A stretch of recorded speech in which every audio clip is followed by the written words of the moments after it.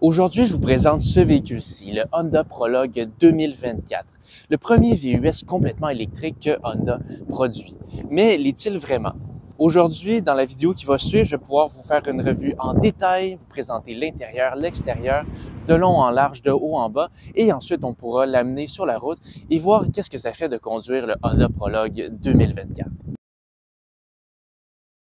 Avant d'entrer dans tous les détails concernant le Honda Prologue 2024, je veux parler du véhicule en lui-même. Donc, je dis que c'est le premier VUS électrique Honda, mais en fait, le Honda Prologue, c'est pas exactement un Honda, parce qu'une très grande partie de la mécanique des batteries sont tirées de chez Chevrolet, plus précisément le Chevrolet Blazer EV. Alors, on a donc une mécanique Chevrolet et beaucoup de pièces Chevrolet, notamment à l'intérieur. Alors, les gros changements qui sont faits sont surtout dans la suspension et la carrosserie, comme on peut le voir, qui est définitivement Honda. Et donc, avec l'architecture de chez Chevrolet, le Honda Prologue a une batterie avec une autonomie de 85 kWh, ce qui donne environ 450 km d'autonomie pour les véhicules traction avant, parce qu'il est aussi disponible en traction avant. Présentement, nous, on a le modèle 4 roues motrices, vu que c'est le Touring, le modèle le plus haut de gamme. Là, on a une autonomie de plutôt environ 430 km. Évidemment, cette autonomie-là étant possible dans des conditions idéales. Et étant donné que c'est un véhicule électrique, il faut le charger, ce véhicule-là. Et on a évidemment un chargeur normal, mais on a aussi le chargage rapide DC. Je connais pas vraiment la traduction, étant donné que je regarde beaucoup de contenu en anglais, mais c'est cette petite affaire-là, juste ici. Et ça va permettre de charger beaucoup plus rapidement le Honda Prologue. Et en l'espace de 10 minutes, on peut avoir au moins 100 km d'autonomie de plus, ce qui donne un 20 à 80% de batterie rechargée en environ 35 minutes avec le chargeur rapide DC. Évidemment, c'est quelque chose qui est très pratique et des fois qui n'est pas toujours disponible dans tous les postes de charge, mais si vous en trouvez un qui a le chargeur rapide, vous pourrez recharger votre voiture très rapidement et facilement. Et rechargé à pleine capacité, le Honda Prologue a une puissance de 290 chevaux et environ 300 livres-pieds de torque, ce qui est pas énorme, c'est certain, mais qui est tout à fait convenable pour un véhicule de ce type-là. Et bien évidemment, toute cette autonomie-là et toute cette vitesse-là, cette puissance-là viennent à un prix. Et ce prix-là est de 70 000 $ pour ce véhicule-là. Plus précisément, 69 990 $ PDSF. Évidemment, ça, c'est le modèle le plus haut de gamme. Si on a le modèle le plus de base, là, on va tomber à environ 65 000 $, ce qui est quand même assez élevé. C'est sûr qu'on a un véhicule électrique, mais ça reste un véhicule Honda. Alors, 70 000 $ pour un véhicule comme ça, même qui soit très bien, c'est quand même extrêmement dispendieux. Mais bien entendu, le Honda Prologue, c'est loin d'être un véhicule qui est simplement cher parce qu'il y a quand même plusieurs qualités à cette voiture-là. En premier, le style qui est vraiment différent. On voit tout de suite que c'est un style qui est très simple, qui a des lignes intéressantes, un peu comme un dessin animé ou très futuriste aussi dans ses lignes et dans ses proportions, surtout l'avant avec la grande barre ici, le devant qui capture les lumières et le logo en avant, ce qui est très intéressant. Une autre affaire, c'est ces roues-là sur le Honda Prologue qui sont propres au véhicule évidemment, mais qui sont très jolies et aussi c'est les plus grosses roues qui sont disponibles sur un Honda sur le marché présentement. Des roues de 21 pouces qui sont absolument immenses et qui font évidemment perdre un tout petit peu d'autonomie sur la route malheureusement. Mais je crois qu'on peut sacrifier quelques kilomètres pour des roues qui sont aussi belles et qui vont aussi bien avec le style général du véhicule. En regardant le profil du Honda Prologue, on voit encore les lignes qui sont très simples, une certaine ressemblance avec des véhicules Chevrolet dans les proportions de l'arrière, je dirais, mais c'est encore une fois des lignes très simples, très attrayantes. En se dirigeant maintenant à l'arrière du Honda Prologue et on voit les feux arrière, le style qui est donné au véhicule qui ressemble évidemment beaucoup à l'avant et qui est encore une fois, selon moi, très attrayant. Des phares qui sont très simples, qui ont des sortes de formes un peu rondes. C'est vraiment, selon moi, joli, plaisant visuellement. Je vois remarquer, par exemple, une certaine ressemblance avec certains véhicules Land Rover avec des feux comme ça très carrés et une bande qui va traverser et rejoindre les deux phares de chaque côté du véhicule. Et si on regarde notamment cette barre noire-là, on voit le logo Honda, mais c'est pas le logo justement, c'est écrit Honda avec une police de caractère qui est différente des autres véhicules. Ça en donne encore une fois une touche futuriste et ça rejoint la mode des véhicules qui ont le nom de la voiture ou la marque éplé à l'arrière, à la place d'avoir simplement le logo. On remarque également à gauche, juste ici, Prologue Touring et à droite, le badge E bleu qui signifie qu'on a un véhicule électrique. Tant qu'à être en arrière, concentrons-nous sur le coffre du Honda Prologue 2024 et regardons en détail ce qui se passe par ici. Et en premier lieu, on peut voir qu'on a une bonne quantité d'espace. C'est sûr qu'on n'en a pas autant que si on avait eu un véhicule à essence, étant donné qu'il y a beaucoup d'espace qui est pris par les batteries. Alors, quand on voit le coffre, ben c'est un coffre qui est pas beaucoup plus profond que le bas de la lunette arrière. Mais si on ouvre ici cette petite poignée-là et qu'on remonte le plancher, on a une autre section du coffre qui est très, très profonde, qui n'est pas aussi large, mais qui se rend vraiment en bas. Et ça va permettre d'avoir certains articles peut-être qu'on a besoin de cacher ou quoi que ce soit, qui sont là et on a l'espace pour les ranger. On pourrait même mettre un sac si on voulait. Sinon, il y a quelques petites commodités de plus dans le coffre du Honda Prologue. Entre autres, des petites lumières juste ici qui vont permettre de vraiment bien éclairer le coffre à l'intérieur. Et on a aussi juste ici une prise allume-cigare 12 volts qui va permettre de charger un appareil électronique, en l'occurrence peut-être une glacière électrique dans le coffre de la voiture. Si on passe ensuite en avant du Prologue en regardant sous le capot, on pourrait croire que, étant donné que c'est un véhicule électrique, on a un autre coffre à l'avant, mais malheureusement non. C'est seulement des composantes électriques et techniques. Alors, c'est ici donc qu'on va pouvoir remplir les liquides refroidissants, le liquide lave-glace, etc. Alors, ça limite certes l'espace de rangement à être seulement à l'arrière du Honda Prologue, mais on a déjà une bonne quantité. Alors, c'est pas si grave qu'on ait moins d'espace en avant et on peut quand même voir toutes les composantes électriques et le moteur avant du Honda Prologue, ce qui est quand même cool. Maintenant, plongeons à l'intérieur du Honda Prologue 2024 pour voir qu'est-ce que ça donne à l'intérieur du Honda Prologue 2024. Et ben, c'est très bien. Franchement, je suis agréablement surpris de la qualité de l'intérieur, du style. Évidemment, c'est très, très Chevrolet GM. Il y a beaucoup de pièces GM et il y a beaucoup de style GM à l'intérieur. Évidemment, vu que c'est une très grosse collaboration, la plus grosse partie que Honda a faite, c'est la carrosserie et notamment la suspension. Alors, on peut remarquer justement ces pièces GM-là sur le volant. On voit que c'est un volant qui ressemble beaucoup à celui des Chevrolet. Même affaire pour le levier de vitesse du volant, qui est un levier de vitesse Chevrolet pour ces véhicules électriques, qu'on remarque entre autres sur le Chevrolet Equinox EV, dont j'ai fait une vidéo il y a quelques mois, ou le Chevrolet Silverado, Blazer EV. Ce sont tous des bras de vitesse sur la colonne du volant. On voit aussi des boutons GM dans les portes. Tout ce qui est bouton des fenêtres, c'est encore une fois GM, et aussi dans la composition de la console centrale, plus précisément le contrôle du climat, c'est encore là des boutons GM. Et parlant du contrôle du climat, on a un contrôle du climat qui est assez exhaustif. On a beaucoup de boutons. Toutes les options sont à partir de boutons physiques, ce qui est plutôt pratique. Et c'est très facilement réglable et utilisable. Et on a un système d'infodivertissement qui est largement inspiré de celui de Chevrolet. Mais celui de Chevrolet est exceptionnellement fonctionnel, pratique et intéressant à utiliser.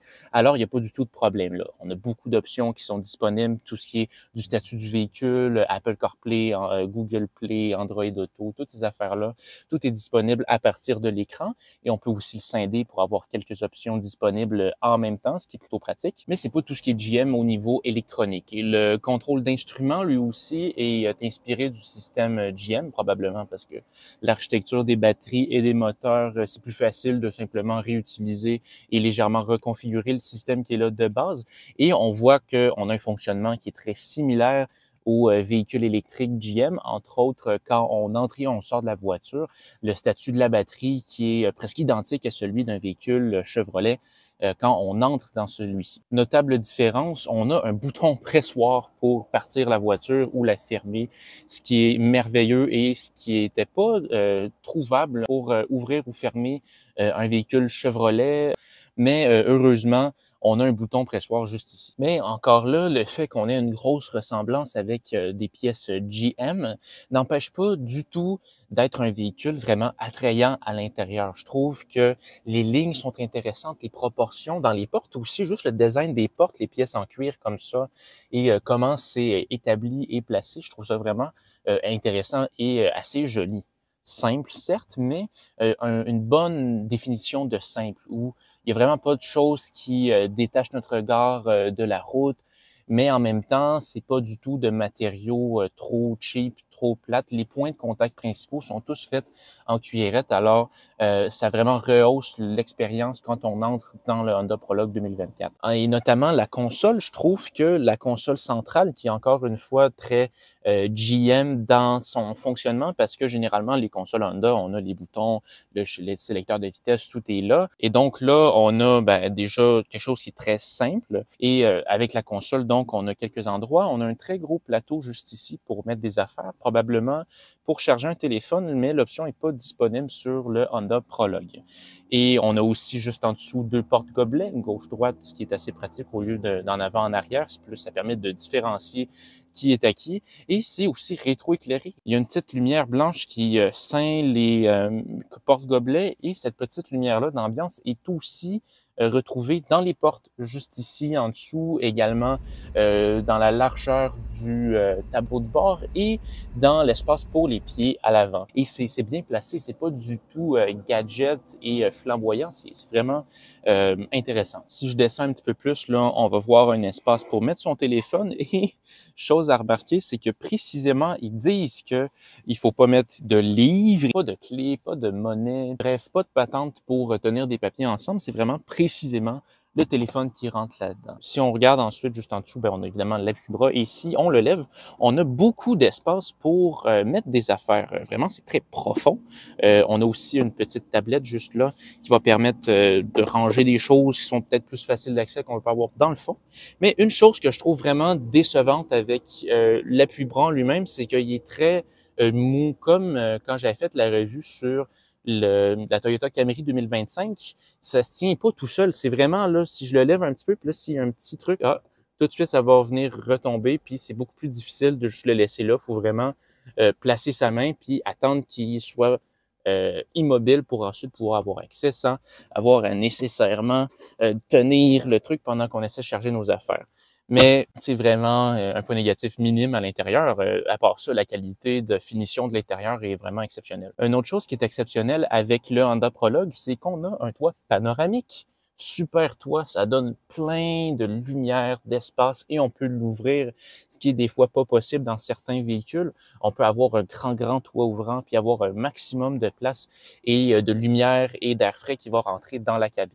Si je me téléporte dans le siège conducteur et que je regarde le groupe d'instruments en particulier du Honda Prologue, on a un groupe d'instruments qui est assez fonctionnel et intéressant. C'est pas le plus extravagant dans son style, évidemment. On est dans un véhicule Honda, ça serait vraiment osé d'avoir un véhicule qui a un style flamboyant à l'intérieur, mais faut pas se fier aux apparences parce qu'on a un système qui est assez fonctionnel et relativement configurable. Pas beaucoup plus que les Honda normaux, mais du fait que c'est le système GM, on a beaucoup d'options qui permettent de spécifier ce qu'on veut avoir dans l'écran. On peut avoir soit le statut du véhicule, niveau réglage de vitesse adaptatif. On peut aussi avoir la navigation qui prend la partie principale de l'écran, ce qui est plutôt pratique.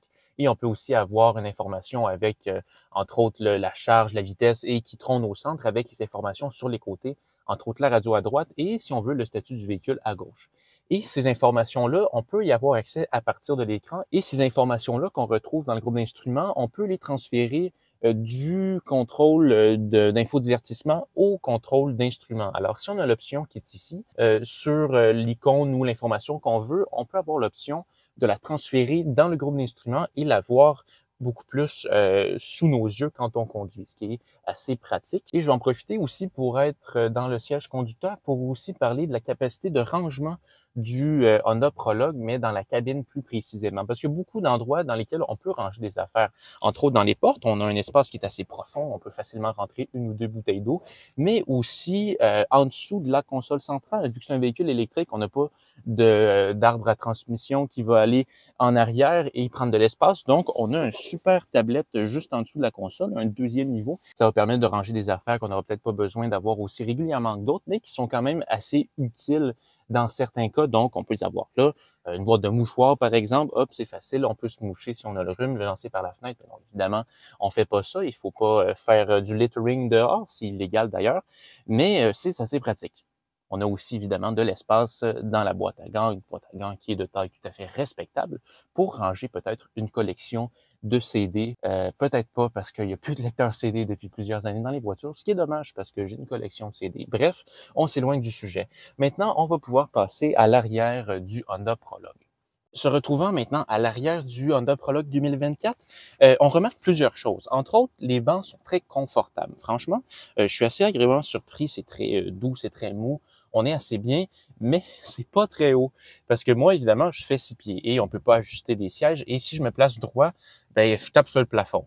Heureusement, on a le toit panoramique. Si je me place comme ça, ben j'ai pas mal plus d'espace pour ma tête et on peut aussi profiter du soleil. On a aussi d'autres commodités. En arrière de la console, notamment, on a 2 prises d'air pour avoir un contrôle du climat bison, on pourrait dire, pas bison, bisone. Et on a aussi un espace pour ranger son téléphone juste là ou mettre des affaires qui est plus creux et qui est assez facile d'accès. On a également, juste en dessous de ça, une prise style maison avec 3 pointes également. Une autre affaire qui est pratique et disponible vu qu'on a un véhicule électrique. C'est beaucoup moins technique d'avoir quelque chose qui prend plus d'électricité. Donc, on a ça qui est là. Et une autre affaire qui est facile d'accès, c'est les points d'ancrage pour les sièges pour bébé. Vous qui avez peut-être une famille, c'est assez pratique, c'est très facile d'accès. On a simplement besoin d'enlever les petites parties en plastique et le point d'ancrage est là. Hop, on clip le siège pour bébé et on est prêt pour aller faire ce qu'on veut avec le Honda Prologue 2024. Une chose qui se démarque et qui n'est pas nécessairement un détail, mais qui est possible avec l'architecture électrique du véhicule, c'est qu'on a un plancher qui est extrêmement plat. Et donc, si on veut se déplacer de gauche à droite ou si on veut être, par exemple, au milieu, en tant que passager tierce, ben, j'ai beaucoup plus d'espace pour mes jambes. Il n'y a pas de colonne qui vient m'empêcher et mettre un pied dans l'intimité de chaque autre personne. C'est pas le VUS le plus large, c'est certain, mais d'avoir ça, ça rend la chose beaucoup plus commode puis beaucoup plus confortable si on fait un long trajet avec un invité de plus.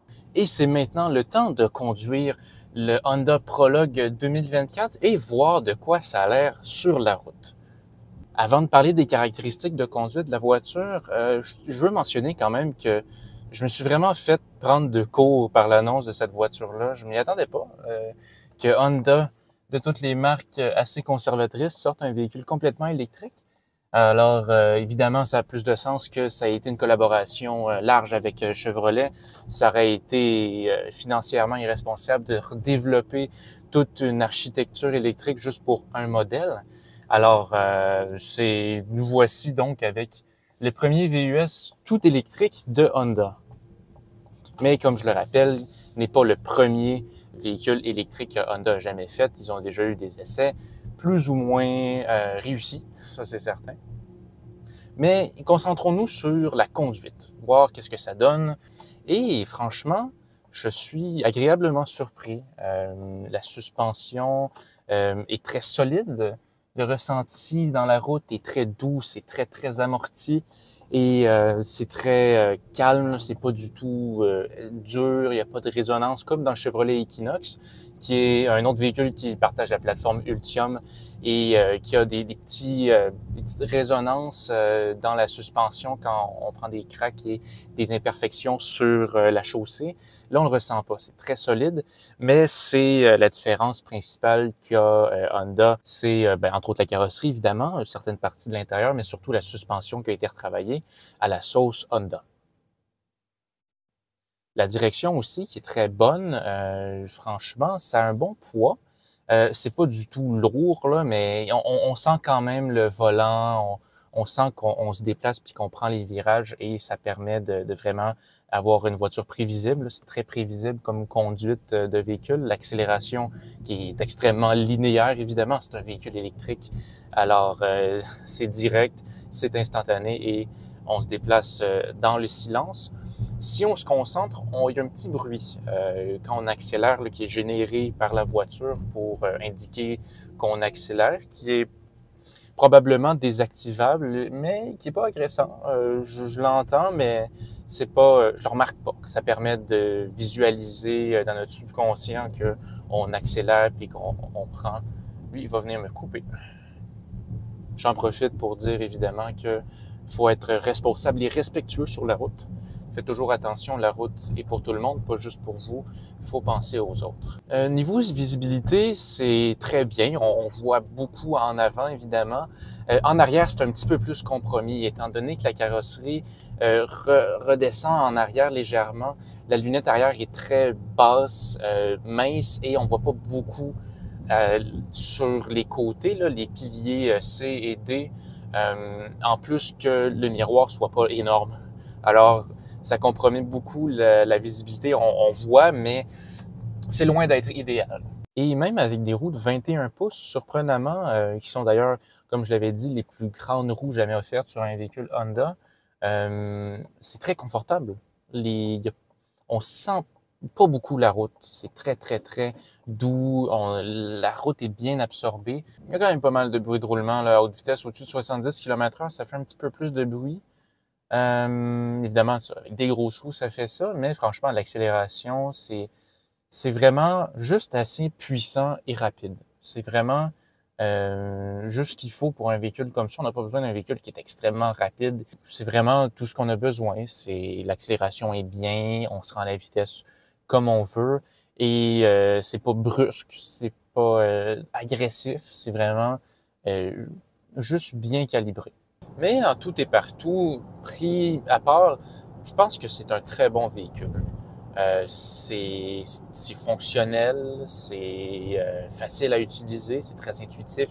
La suspension, l'accélération, la conduite, les moteurs sont très bons. Et c'est un style qui se distingue assez des véhicules Honda.